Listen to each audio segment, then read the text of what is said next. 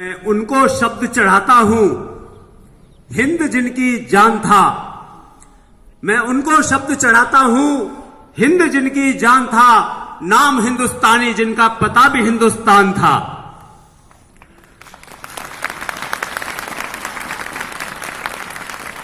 परम आदरणीय, परम सम्मानीय, मंच पर आसीन समस्त अध्यापक महोदय एवं मेरे प्यारे बच्चों, आज जिस पावन पर्व पर हम यहां एकत्रित हुए हैं, भारतवर्ष का हम 73वां गणतंत्र दिवस मना रहे हैं और भारत की इस खुली हुई हवा में आज हम सांस ले रहे हैं और जो शान से जो तिरंगा आज हमारे प्रांगण में लहरा रहा है, ये हमारे लिए बड़ी गर्व और बड़ी प्रसन्नता का विषय है।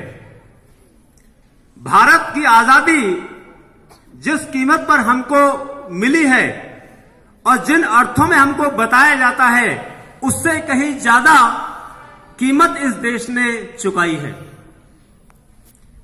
आप जाइए ग्वालियर, झांसी जाइए, वहां की किले की दीवारें आपको रानी लक्ष्मीबाई के शौर्य, अदम्य साहस और पराक्रम की गाथा सुनाएंगी। मात्र 29 वर्ष की वर्ष में वो इस देश के लिए न्यौछावर हो गई थी। भगत सिंह, सुखदेव, राजगुरु जिस उम्र में आधुनिक बालक ग्रेजुएशन पूरी करता है और बॉलीवुड के नकली हीरो हीरोइन को अपना आदर्श मानता है, उस 23 साल की उम्र में भगत सिंह फांसी के फंदे पर झूल गए थे।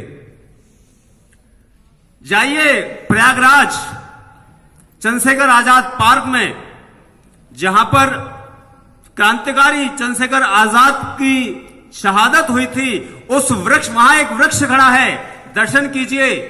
वो चीख कर चिल्ला चिल्ला कर कहेगा किस तरीके से भारत की आजादी के लिए चंद्रशेखर आजाद ने अंग्रेजी हुकूमत से लोहा लिया था, उनके दांत खट्टे किए थे।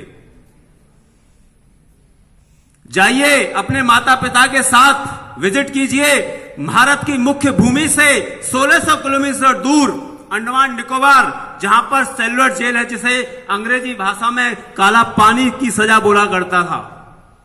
वहां पर वीर सावरकर जैसे खतरनाक क्रांतिकारियों को अंग्रेज सरकार यातनाएं देकर प्रताड़ित कर मारती थी। ये भारत भूमि की मिट्टी, इसने ऐसे ऐसे शूरवीर पैदा किए हैं, चंद्रशेखर आजाद, भगत सिंह, सुखदेव, राजगुरु राम प्रसाद बिस्मिल। जब काकोरी कांड हुआ था, सरकारी अंग्रेजों खजाना का लूटा गया था, चंद्रशेखर आजाद का परिवार बहुत गरीब था। जब वो खजाना लूटा गया था, मैं आपके लिए एक प्रसंग रख रहा हूं जो कि हम कैसे उस आजादी के मायनों को बरकरार रख सकते हैं और समझ सकते हैं। जब वो काकोरी कांड हो गया, चंद्रशेखर आजाद अपने माँ बाप के पास घर गए तो उनके माँ बाप ने बोला, बेटा हमारा घर बहुत गरीब है, जो आपने खजाना लूटा है थोड़ा सा हमको भी दे दो ताकि घर परिवार चल जाए। आप याद करिए उनके शब्दों को, उन्होंने क्या कहा था, मां मेरे पास मेरी पिस्तौल में ये 2 गोलियां हैं, एक मम्मी के लिए, एक पापा के लिए, बस ये दे सकता हूं, इससे ज्यादा उस खजाने से मैं कुछ नहीं दे सकता आपको। ये देश था, मायने थे देश की आजादी के।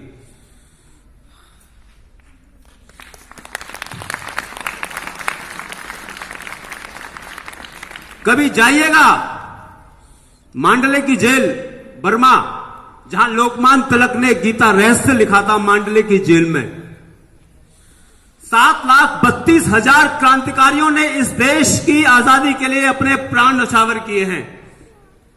कभी मौका लगिए, जाइएगा कानपुर के पास एक बिठूर गांव है, जहां पर पूरी अंग्रेज हुकूमत ने बच्चे, बूढ़े, जवान, औरतों, महिलाओं को पेड़ पर लटकाकर फांसी दी गई थी और उसके बाद भी गोलियों से भूना गया था, पूरा गांव तबाह कर दिया गया था। ये आजादी के मायने जो आज हम सांस ले रहे हैं, ये बहुत बड़ी कीमत चुकानी पड़ी है। मुझे खुशी हुई, बच्चों ने जो प्रोग्राम आयोजित किया, जो एक एक शूरवीर पराक्रम का उन्होंने वर्णन किया, बहुत अच्छा लगा मुझे। ये हमें अपने बच्चों को समझाने की जरूरत है, माता पिताओं को समझने की जरूरत है, अपना दायित्व समझने की जरूरत है। इस आजादी को हम बरकरार कैसे रख सकते हैं, इसके लिए हमें थोड़ा सा अध्ययन करना पड़ेगा। अंग्रेज चूंकि इस देश को गुलाम बनाना था, इसलिए उन्होंने हर चीज से भारत को नीचा दिखाया, नकारात्मकता दिखाई, यूरोपियन को बहुत बड़े बड़े दिखाया। आज हम यूरोप के छोटे छोटे देशों का नाम पढ़ते हैं, Portugal, Spain, France, Germany, England, Italy, Belgium, Denmark, Finland, Sweden, Norway, लिechtenstein, फिनलैंड, बहुत छोटे छोटे देश हैं, इनका नाम लेते हैं। क्यों? क्योंकि उनके देश में राष्ट्रभक्ति सबसे पहले है। इजराइल एक छोटा सा देश है, उसमें सबसे पहले आप 5 साल की सर्विस देनी पड़ती है सेना में, फौज में। उसके बाद आप इंजीनियर बनिए, डॉक्टर बनिए, आप चाहे जो जिस फील्ड में चुनिए आप। मैं भी आपके सामने एक उदाहरण हूं, मैंने सेना में नौकरी करी, मुझे गर्व होता है कि मैं इस भारतीय सेना का एक अभिन्न अंग रहा हूं, और अब मैं जो चाहता हूं मैं वो प्रोफेशन करूंगा। क्या आप बच्चे सहमत हैं?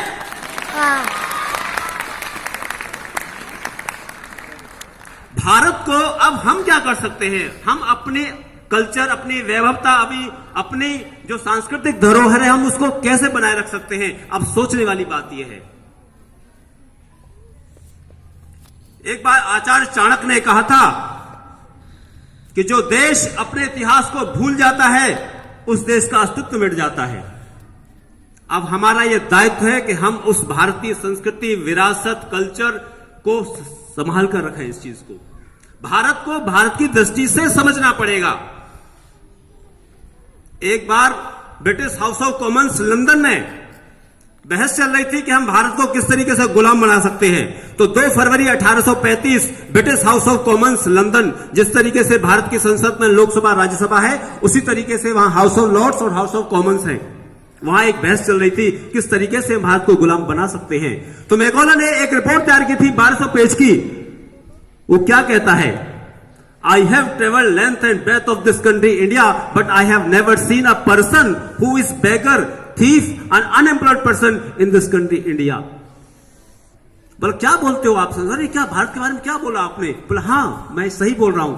बोला सिर्फ इतना ही नहीं, I have seen such wealth and prosperity in this country, India, that we cannot imagine to conquer this country, India. बोला मैं भारत देश में इतनी शोहरत, इतनी दौलत, इतना वैभव, इतनी संपन्नता, इतनी विविधता मैंने देखी है कि हम भारत को गुलाम नहीं बना सकते।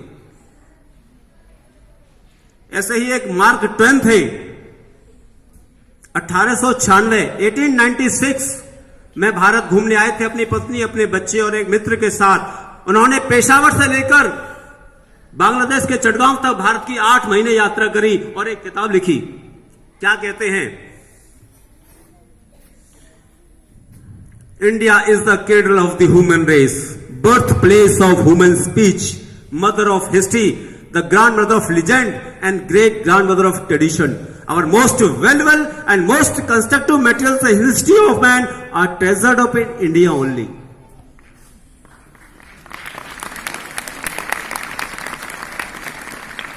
अल्बर्ट आइंस्टीन को कौन नहीं जानता? वो भारत के बारे में क्या कहते हैं? We must respect to the Indians who taught us how to count, without which no worthwhile scientific discovery could have been made. आज हम जो अंतरिक्ष में चांद तक पहुंच रहे हैं, हमको पढ़ाया जाता है कि कोपरनिकस और गैलीलियो ने हमको ग्रेविटेशन के बारे में बताया। इनके बाप दादा पैदा नहीं हुए थे तब से भारत में यूनिवर्स और सोलर सिस्टम के बारे में पढ़ाई हुआ करती थी। हमारी दुनिया की सबसे, भारत की नहीं, दुनिया की सबसे पुरानी किताब है ऋग्वेद। उसके प्रथम मंडल का 35वां श्लोक क्या कहता है? हिरण्य पाणी सविता वचर्षण उभे दया वादवी अंतर्यते अपामि ममाते वेति सूर्यम अभिकेशंसा दयामरणोति। It means sun moves in its own orbit but holding earth और other heavenly bodies in a manner they do not collide with each other through force of attraction. Bharat जब दुनिया के देश, अन्य देश जब जो भोजन सामग्री जुटाने में लगे हुए थे, तब भारत के गुरुकुलों में सोलर सिस्टम के बारे में, ग्रह नक्षत्रों के बारे में, धरती के बारे में, उपग्रहों के बारे में शोध संचालक होता था। भारत को भारत की दृष्टि से समझने की जरूरत है। मैंने होमवर्क किया, मैंने भी पढ़ा था, मैंने भी सुना था आपकी उम्र में कि भारत को जगत गुरु कहते हैं। अरे क्यों कहते हैं? इसका कोई रीजन तो रहा होगा। सोने की चिड़िया कहते हैं, क्यों कहते हैं? मुझे इसका जवाब मिला जब मैं आपकी उम्र में ही मैंने सुना था इस चीज को, लेकिन मैंने इसका थोड़ा होमवर्क किया। आपको जरूरत है, माता पिताओं की जिम्मेदारी है कि हम अपने बच्चों को अपनी भारतीय संस्कृति, सभ्यता, कल्चर, वैभवता, विविधता के बारे में बताएं। तब हम अपनी भारतीय संस्कृति और असली मायने में आजादी को बचा के रख सकते हैं। दुर्भाग्य से भारत में आज भी ऐसे लोग हैं, आज भी ऐसे शख्स हैं जो भारत को तोड़ने का सपना देखते हैं। ये हम सब आपकी तो दायित्व है, हमारी जिम्मेदारी है कि हम अपनी भारतीय विरासत को बचा कर रखें। एक नालंदा यूनिवर्सिटी हुआ करती थी, सुना है आपने? बख्तियार खिलजी नाम का एक आया मुसलमान शासक, 3 लाख किताबें थी उसकी लाइब्रेरी में, 6 महीने तक जला था। कितना भारत का साहित्य रहा हुआ, कितनी इतना ज्ञान विज्ञान भारत का। दुनिया का अगर वायुयान बना दुनिया का तो भारत में बना। शल्य चिकित्सा हुई, मेडिकल साइंस में अगर हुई तो वो भारत में हुई। प्लास्टिक सर्जरी अगर हुई तो वो भारत में हुई। तो मैं आप लोगों को आज एक संदेश ये देना चाहता हूं या उपस्थित जन समुदाय को कि हमें भारत को भारतीय दृष्टि से पढ़ना पड़ेगा। जर्मनी की यूनिवर्सिटी है जो भारतीय उपनिषद, ब्राह्मण ग्रंथ, गीता, रामायण, महाभारत का इंडोलॉजी का अध्ययन करती है, वही पढ़ाती है, क्योंकि वो जानते हैं इस बात को कि दुनिया का सबसे पहला ज्ञान अगर किसी में है तो भारतीय साहित्यों में है। ज्यादा समय न लेते हुए मैं अपनी, कभी मौका लगेगा तो फिर कभी ये बात आगे बढ़ाऊंगा। तो आप सब लोगों से मेरा आग्रह है कि भारत को भारतीयता से समझने का प्रयास करें, तभी हम सही मायनों में अपनी देश की आजादी को सुरक्षित रख पाएंगे। मेरे साथ 3 बार जय घोष करेंगे। भारत माता की, भारत माता की, भारत माता की।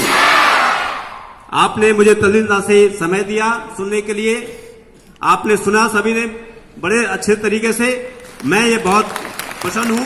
धन्यवाद। और उन वीर शहीदों को याद करते हुए मैं ये कहना चाहूंगा, न सत्ता सुख से होता है, न सम्मानों से होता है। न सत्ता सुख से होता है, न सम्मानों से होता है। जीवन का सार सफल बस बलिदानों से होता है।